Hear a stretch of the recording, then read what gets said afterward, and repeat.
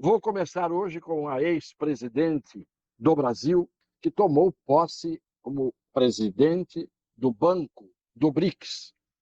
Integram o BRICS o Brasil, a Índia, a Rússia, a China e a África do Sul. Eu vou começar alegrando um pouco o ambiente, fazendo uma transcrição aqui, sonora, de um trecho do discurso em que o Dilmês vem novamente à tona, como sempre, quando a ex-presidente se pronuncia. Vejam o que ela disse no discurso de hoje, que contou com a presença do senhor Luiz Inácio da Silva, que a colocou na presidência do banco. O novo Banco dos BRICS é também um exemplo de como o multilateralismo pode trazer benefícios tangíveis para os países em geral, especialmente os países em desenvolvimento. A sua fundação, além do acontecimento histórico, foi uma demonstração da importância de estabelecer uma estratégia e uma parceria compartilhando as necessidades desses países do sul global, ou seja, o sul, que é esse sul que quer emergir e que conta também com países do norte, e com o multilateralismo. Como viram, esta obra-prima que produziu hoje a nossa ex-presidente serve, muitas vezes, para que a gente possa rir, apesar das desgraças que a gente vive a cada dia. Viram que começou com desses países do sul global, que conta também com o multilateralismo,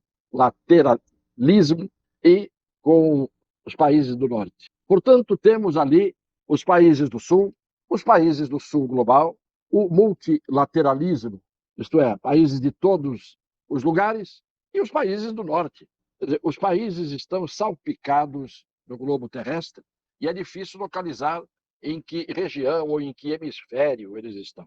Essa fala da presidente do BRICS foi apenas para dar um toque humorístico na nossa live de hoje, porque há quem não consiga entender ainda o que é que ela quis dizer com esses benefícios do BRICS em favor dos países, muito importante isso, do sul, vírgula, do sul global, vírgula, do norte.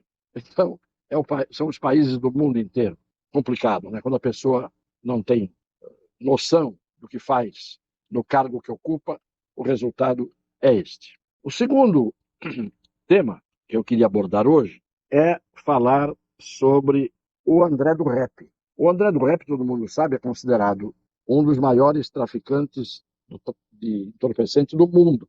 E ele foi preso, e depois de preso, teve, na hora da prisão, apreendidos bens que estavam em sua propriedade na riquíssima região de Angra dos Reis, numa mansão muito cara que ele possui ali. Apreenderam um helicóptero, esse helicóptero hoje serve à Polícia Civil para transplante de órgãos, apreenderam um carro Porsche, entre outros, apreenderam as duas mansões que ele possui e apreenderam um barco de 30 metros de comprimento, entre outras coisas. O patrimônio do senhor André do Rep está foragido e foi solto por determinação do ministro Marco Aurélio, do Supremo Tribunal Federal, que hoje já não integra o Supremo.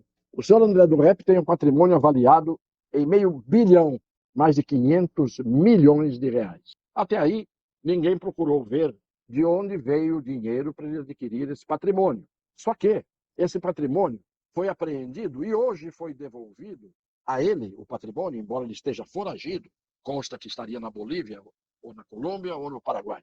Isso é chute, ninguém sabe. Mas devolveram a ele porque o Superior Tribunal de Justiça, o STJ, decidiu por 2-1, não apenas absolvê-lo, alegando que diligências foram feitas de forma irregular pela polícia, e a apreensão não estava determinada pela justiça. A polícia apreendeu esses bens por conta dela.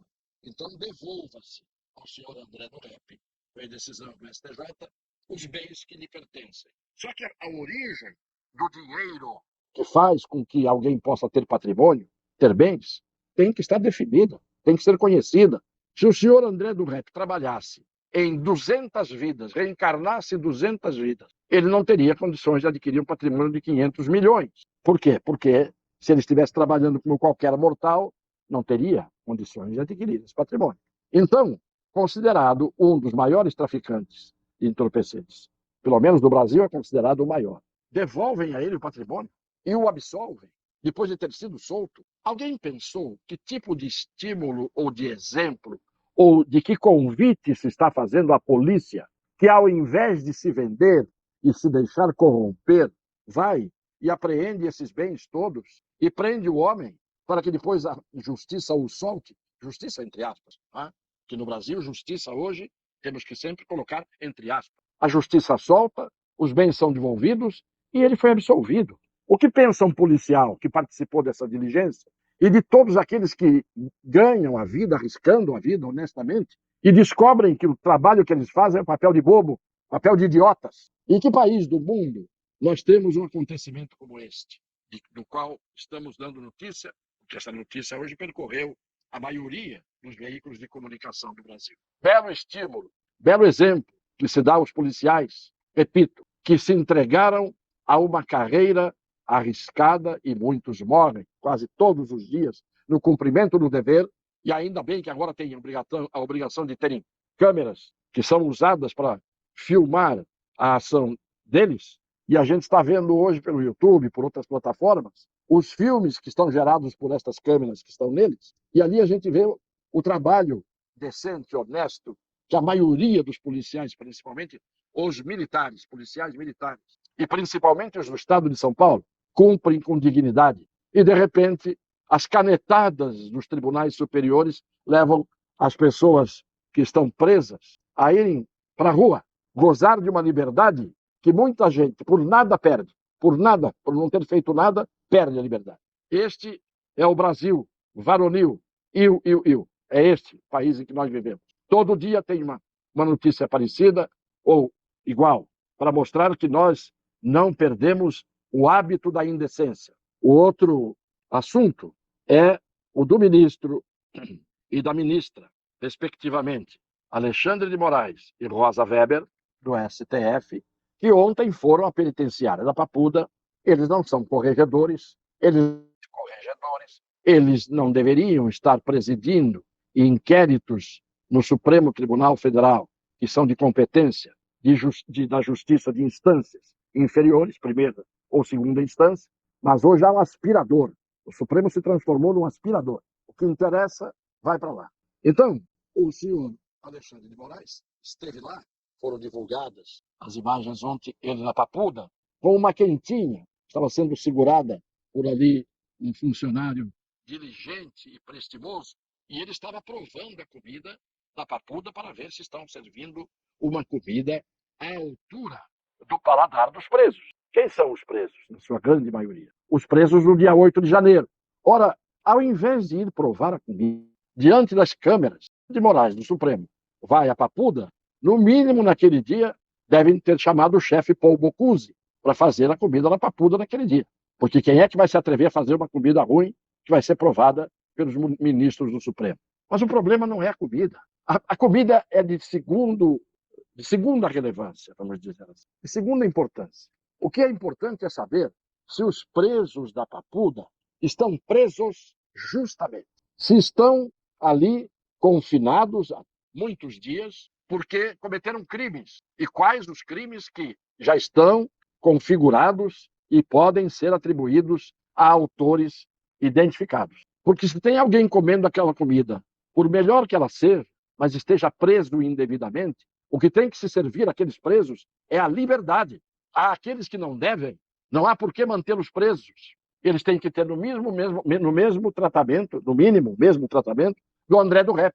Não é a quentinha aprovada pelo gourmet numa penitenciária que faz justiça ao preso. O que faz justiça ao preso é ele estar preso porque cometeu um crime, foi condenado porque identificado como autor de um crime, respondendo ao devido processo legal numa sentença judicial prolatada, repito, com justiça. Essa cena demagógica de uma comida provada na quentinha, isto não é a atitude que se via e nunca se viu num Supremo Tribunal Federal, nos tempos em que os seus ministros não comiam lagosta, almoçavam em casa. E, infelizmente, isto é mais uma das coisas que nos aborrecem. Isto que a gente traz aqui é argumentação lógica, argumentação justa diante dos fatos. Poderia seguir adiante com outros temas, como a absolvição do senhor Pezão, hoje no Rio de Janeiro. 99 anos de reclusão, foi absolvido, enquanto que o juiz Bretas, do Rio de Janeiro, está afastado, respondendo a um processo disciplinar perante o Conselho Nacional de Justiça. Viva o Brasil, antes que ele acabe, antes que ele morra. Um beijo no coração das pessoas de boa fé.